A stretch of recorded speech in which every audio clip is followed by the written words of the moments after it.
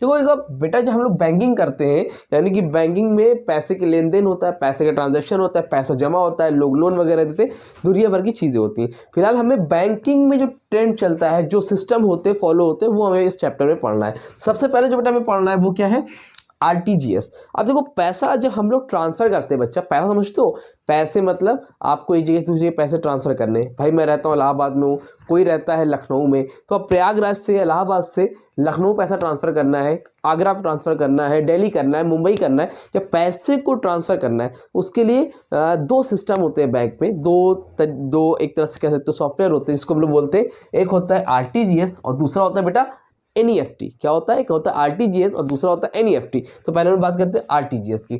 RTGS का full form होता है रियल टाइम ग्रॉस सेटलमेंट। क्या होता है, रियल टाइम ग्रॉस सेटलमेंट। अब और एक होता है एनईएफटी। एनईएफटी का फुल फॉर्म होता है national electronic fund transfer system. ठीक है, इसको भी हम लोग बाद में बात करेंगे। अब देखो आरटीजीएस में होता क्या है, देखो लिखा क्या है, पहले बुकिश लैंग्वेज देख लो।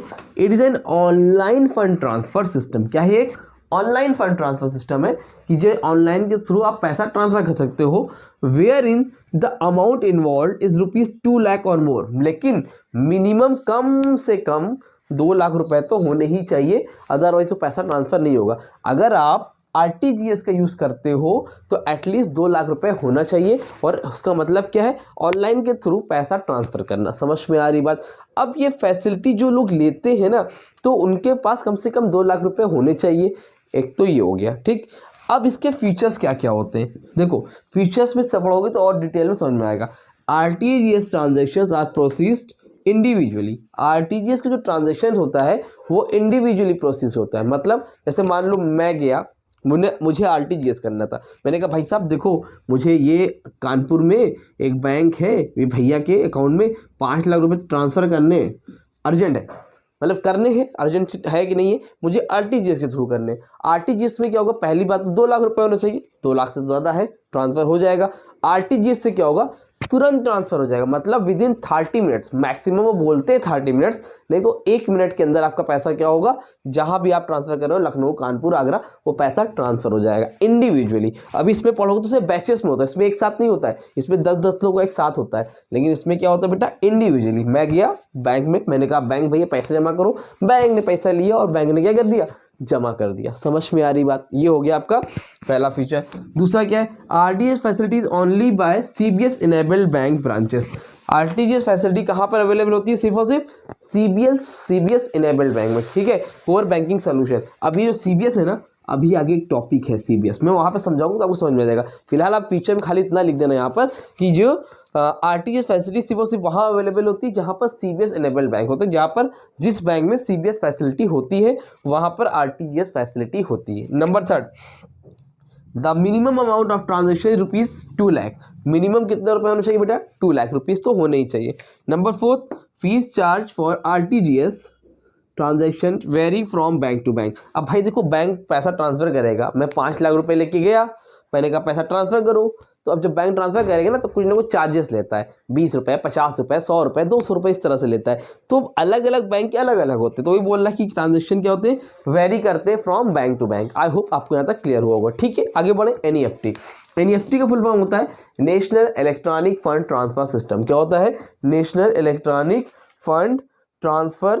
ठीक है, समझ में आ रही बात। ये हो गया। तो एनईएफटी क्या है, लिख लो कहीं पे, बोल रहा हूँ लिख लो, लिख नहीं रहा हूँ, नेशनल इलेक्ट्रॉनिक फंड ट्रांसफर। ठीक, अभी क्या है, it is an online fund transfer system. क्या है बेटा, ये ऑनलाइन फंड ट्रांसफर सिस्टम है। ये भी था सर, ये भी है। डिफरेंस क्या है दोनों में, डिफरेंस है भैया, ये अमीरों के लिए था यार, मतलब समझ रहा हूँ, अमीरों के लिए, इसको याद लिख लेना, अमीरों के लिए, रिच लोगों के लिए था, बड़े बड़े अमाउंट ट्रांसफ़र करने वालों के।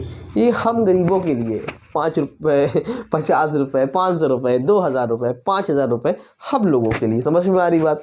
तो मतलब it is online fund system in the amount involve is less than ₹2 lakh. मतलब यहाँ पर तब मिनिमम 2 लाख या उससे ज़्यादा, यहाँ पर क्या है, लेस देन 2 लाख। मतलब आप अगर 100 रुपये भी जमा करने जाओगे तो 100 रुपये भी आपका जमा हो जाएगा। 2 लाख से कम होना चाहिए, मिनिमम 2 लाख से कम करना है आपको, तो आप एनईएफटी के थ्रू करोगे। लेकिन अगर आपको 2 लाख से ज़्यादा करना है या 2 लाख करना है, कम से कम 2 लाख करने, तो आप आरटीजीएस की फैसिलिटी का यूज़ करोगे। इतनी बात समझ में आई कि नहीं आई, क्लियर है। चलो इसका फीचर देखो।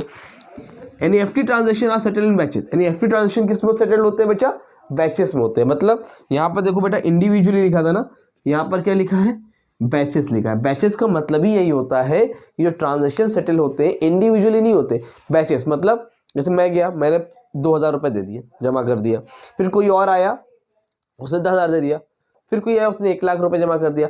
अब जब 5-6 लोग का हो गया ना, तो उसका एक सिस्टम होता है कि एक दिन में 5 बार होगा, थोड़े थोड़े लोगों का, तो उसको क्या बोलते हैं, बैचेस में। एक साथ नहीं होता, इंडिविजुअली नहीं होता है, 5-5 लोग का, 10-10 लोग का एक साथ होता है, उसको हम लोग क्या बोलते हैं, बैचेस। तो एनईएफटी में जब ट्रांजेक्शन करते हो बैचेस में होता है। कॉमन सी बात है, इसमें ज़्यादा अमाउंट होता है तो एक बार में हो जाता है। अब इसमें कोई 100 रुपये आया तो 100 रुपये क्या यूज़ करना, कम से कम 10,000, तो जब ज़्यादा लोग का पैसा हो जाता तो एक साथ ट्रांसफर कर देता, यानी कि बैचेस में। ठीक, उसके बाद नो मिनिमम वैल्यू, कोई मिनिमम वैल्यू नहीं है भैया। मतलब यहाँ पर 2 लाख चाहिए था ना, यहाँ पर नहीं चाहिए।